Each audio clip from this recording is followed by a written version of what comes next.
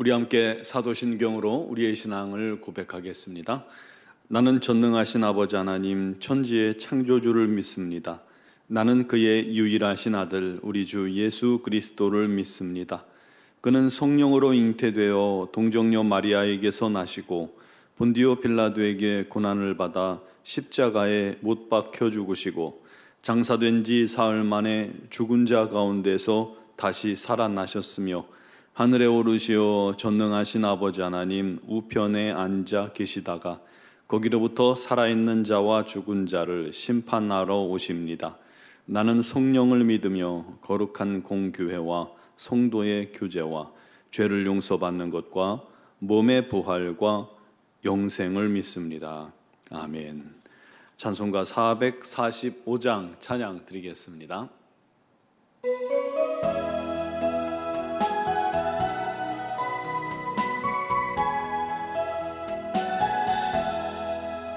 대산을 넘어 험곡에 가도 빛 가운데로 걸어가면 주께서 항상 지키시기로 약속한 말씀 변치 않네. 하늘의 영광 하늘의 영광 나의 맘속에 차고도 넘쳐 할렐루야를 힘차게 불러 영원히 주를 찬양하리.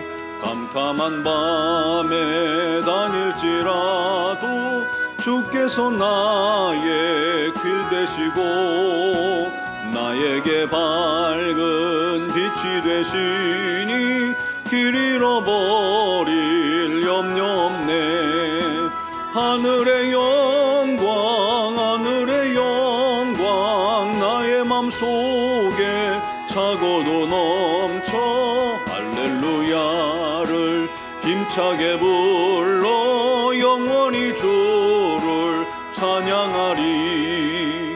광명한 금인 마음의 바다 찬란한 천국 바라보고 할렐루야를 힘차게 불러 날마다 빛에 걸어가리. 하늘의 영광 하늘의 영광 나의 맘속에 차고도 넘쳐 할렐루야를 힘차게 불러 영원히 주를 찬양하리.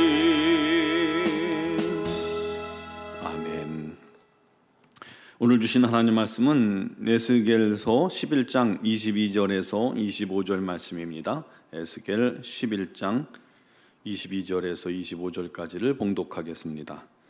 그때에 그룹들이 날개를 드는데 바퀴도 그 곁에 있고 이스라엘 하나님의 영광도 그 위에 덮였더니 여호와의 영광이 성읍 가운데에서부터 올라가 성읍 동쪽 산에 머무르고 주의 영이 나를 들어 하나님의 영의 환상 중에 데리고 갈대아에 있는 사로잡힌 자 중에 이르시더니 내가 본 환상이 나를 떠나 올라간지라. 내가 사로잡힌 자에게 여호와께서 내게 보이신 모든 일을 말하니라. 아멘. 윤석열 대통령께서 취임하자마자 한 일이 청와대를 떠나서 집무실을 용산으로 옮기는 것이었죠. 대통령으로서 직무를 볼 수 있도록 완비된 그런 장소를 떠나서 아무 준비도 안 된 용산으로 옮기는 것이 이게 보통 일이 아닙니다. 준비할 게 어마어마하거든요. 그래서 그랬는지 참 말도 많고 탈도 많았습니다. 중요한 것은 한 나라의 통치자라면 그 위엄과 기세와 권위가 상상을 초월합니다. 게다가 얼마나 중요한 인물입니까? 모든 나라의 이 비밀을 다 알고 있는 존재 아닙니까? 그래서 대통령 한 사람을 위해서 수백 명, 수천 명의 경호원과 경호부대가 필요한 겁니다. 제 동생이 이 경호부대 출신이에요. 과거 청와대 후문으로 한 사람이 무슨 생각이었는지 간첩은 아닌데 이게 정문을 뚫고 돌진을 했어요. 그때 그 후문이죠. 후문을 지키던 경호원이 그 차를 가로막고 저지를 했어야 되는데 몸을 피한 거예요. 그래서 그 차가 경내 안까지 들어왔다고 해요. 그 이후에 그 경호원은 소리 없이 사라졌습니다. 차출됐다고 그래요. 전방으로 간 것 같아요. 대통령 안전을 위해서 죽으면 영웅이 되겠지만 또 그 안전이 뚫리게 되면 그는 마치 역적처럼 취급을 받는 것. 이게 경호원 아니겠습니까?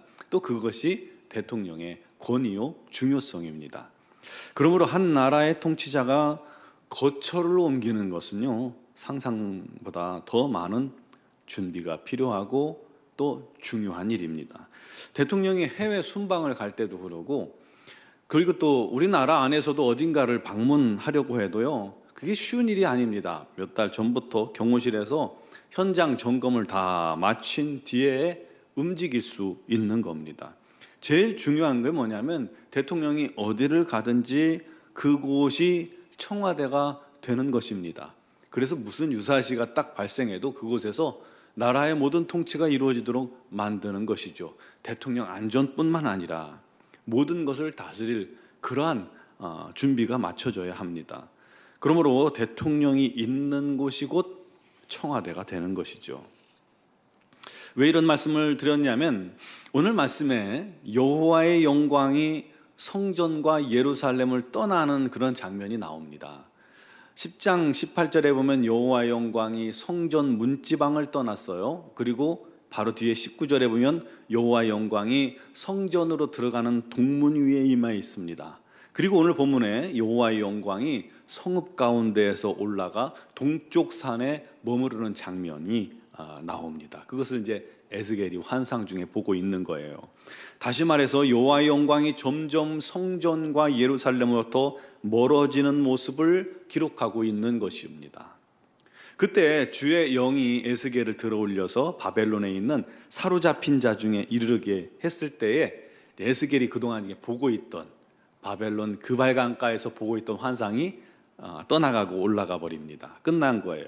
그때부터 이제 에스겔이 사로잡힌 자들, 바벨론의 포로로 잡혀있는 이 동포들에게 하나님께서 자기에게 보여주신 것과 또 우리 하나님께서 약속하신 것들을 증거하기 시작하는 겁니다. 그게 뭐예요? 하나님의 영광이 예루살렘을 떠나서 성전을 떠나서 포로된 자기들에게 자기들을 잠시 성소로 삼으신다는 이야기입니다. 잠시라는 것은 그곳에 영원히 거하지 않는다는 것을 의미하기도 하는 것입니다. 여러분, 이 에스겔이 본 환상은 여러 가지로 교훈을 줍니다. 먼저 여호와의 영광이 예루살렘 성전을 떠난 이유가 뭐예요? 예루살렘의 남은 자들이 끝내 회개치 않고 교만하고 악했기 때문에 결국 하나님께서 그들을 심판하신다는 그런 말씀이죠. 예레미야에 이어서 에스겔도 지금 에스겔은 바벨론의 2차 침략 이후에 있어질 일들입니다. 이제 마지막 멸망이 최종 멸망이 남은 그런 상황, 그 중간의 이야기들을 기록한 겁니다. 현재 유다는 바벨론의 그 2차례 침략을 받아서 포로로 많이 잡혀간 상태인데 그때 에스겔도 포로로 잡혀왔었죠. 문제는 이 유다의 남은 자들이 이런 상황을 보고 돌이켜 회개하고 자기들의 죄를 뉘우치고 하나님께 기도하고 회복의 은혜를 간구해야 되는데 오히려 엄청난 착각을 하고 있었다는 것입니다. 오히려 자기들이 복을 얻은 자들이라는 거예요. 하나님께 복을 얻어서 의로워서 이렇게 포로가 아니라 남아있게 됐다라고 생각합니다. 게다가 예루살렘은 망하지 않을 것이며 평안할 것이며 바벨론도 이길 테니까 염려할 필요 없다라고 거짓 선지자들이 이렇게 주장하고 그것이 공공연한 사실이 되고 사람들이 그걸 믿는 거예요. 반대로 그들의 생각에 포로된 자들은 저주받은 자들이요 소망이 없는 자들이라 생각한 거예요. 정말 그럴까요? 하나님께서는 정반대로 말씀하셨죠. 남아있는 지도자들이 불의하고 성중에서 악한 일을 도모하고 꾀를 행하며 하나님 법도를 무시하는 자들이다라고 말씀합니다. 결국 하나님께서 그들을 버리셨고 하나님의 영광이 결국 성전과 예루살렘을 떠날 것이며 남아있는 자들을 최종적으로 심판하실 것이다 라고 말씀하십니다. 광야에서요, 모세가 성막을 완성했을 때 여호와 영광이 성막 안에 충만했었죠. 솔로몬이 하나님의 성전을 완성했을 때 그때도 하나님의 영광이 성전에 충만했었습니다. 그 하나님께서 오래 참고 기다리시고 선지자를 통해서 돌이킬 것을 선포하셨지만 끝내 그들은 돌이키지 않았고 우상 숭배했고 결국 우리 하나님께서 범죄하는 그들을 떠나셨던 겁니다. 떠나셨다는 것은 심판이 시작된다는 것을 의미하는 것이기도 하죠. 반대로 하나님의 영광은 포로된 자들과 함께 하시며 그들 중에 잠시 성소가 되어 주시겠다라고 약속하셨습니다. 결국 우리 하나님은 남은 자들이 아니라 포로로 잡혀간 자들을 회개케 하시고 정결한 도구로 변화시키시고 훗날 그들을 예루살렘으로 돌이켜 이스라엘을 회복시킬 도구로 하나님께서 남기신 자들이라는 것입니다. 하나님께서 보존키 위해서 그들을 유다에서 들어 바벨론으로 옮기신 거예요. 그리고 유다를 심판하시고 70년 뒤에 그들을 다시금 유다로 돌아오게 해서 유다를 회복하게 하실 계획이었던 거죠. 사랑하는 성도 여러분, 하나님은 죄인들과 함께하지 않으십니다. 하나님은 사람이 만든 성전에 계신 것이 아니라 의인들과 함께 계시고 성도들과 함께 하십니다. 오늘도 하나님은 의로운 사람, 순종하는 사람, 거룩한 성도들과 함께 계시고 그들 중에 함께 계십니다. 그렇다면 여러분의 심령에 하나님의 영광이 있으십니까? 혹시 하나님의 영광을 잃어버리고도 여전히 내가 목사니까, 장로니까, 권사니까, 집사니까 괜찮다라고 착각하고 있지는 않습니까? 우리는 과연 하나님을 기쁘시게 하는 자들입니까? 혹시 우리 안에 죄와 허물과 탐욕과 욕심과 교만이 가득 차 있지는 않습니까? 우리 하나님께서 우리를 오래 참고 기다리시는데 내가 의로워서 아무 일도 없다고 생각하고 계시지는 않습니까? 우리 오늘 말씀을 통해서 우리 자신을 돌아보고 회개합시다.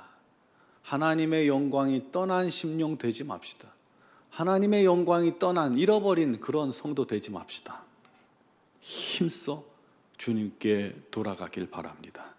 그리고 주의 영으로 충만한 성도가 되기를 위해 기도합시다. 그게 우리가 해야 할 일입니다. 우리 모두 우리 안에 주님 거하시는 거룩한 성전되어 날마다 주님의 영광이 충만하고 주님의 역사하심이 우리 속에서, 우리 삶 속에서 가득하여 우리 하나님의 뜻을 이루는 그런 거룩한 주의 성도가 되시기를 주님의 이름으로 축원합니다. 기도드리겠습니다. 사랑하시는 아버지, 우리가 주님의 거룩한 성전, 우리 하나님 기뻐하시는 거룩한 자녀가 되기를 소망합니다. 우리 안에 있는 모든 거치는 것과 죄와 허물과 쓴뿌리와 어리석은 모습들과 탐욕과 교만과 허탄한 마음들을 다 제거하여 주시고 우리들의 어리석고 미련한 죄악을 용서하여 주시옵소서. 날마다 하나님께로 더 가까이, 우리 하나님께로 더 가까이, 우리 하나님, 우리 주님 닮은 거룩함을 힘있게 하시고 날마다 주님을 기쁘시게 하는 삶을 살기에 부족함이 없도록 주께서 힘과 능력을 주시옵소서. 우리 주님이 거하시는 거룩한 성전으로 이 땅을 밝히며 우리 하나님의 뜻을 이루는 온전한 하나님의 자녀들, 또 그런 우리 노은중앙교회 공동체가 되게 하여 주시옵소서. 아버지 하나님, 오늘도 그런 공동체, 그런 거룩한 지체들이 믿음으로 기도할 때에 우리 하나님의 놀라운 역사가 이루어질 줄 믿습니다. 특별히 육신의 질고로 말미암아 고통당하며 눈물로 주님께 기도하는 사랑하는 지체들, 우리 하나님께서 한 영혼도 빠짐없이 능력과 권능의 손으로 만져주시고 치유하여 주시옵소서. 우리 하나님 간절히 원하나니 그들을 그 모든 고통 속에서 건져주시고 눈물을 씻어주시고 아버지 하나님 안에서 믿음으로 승리케 하여 주시옵소서.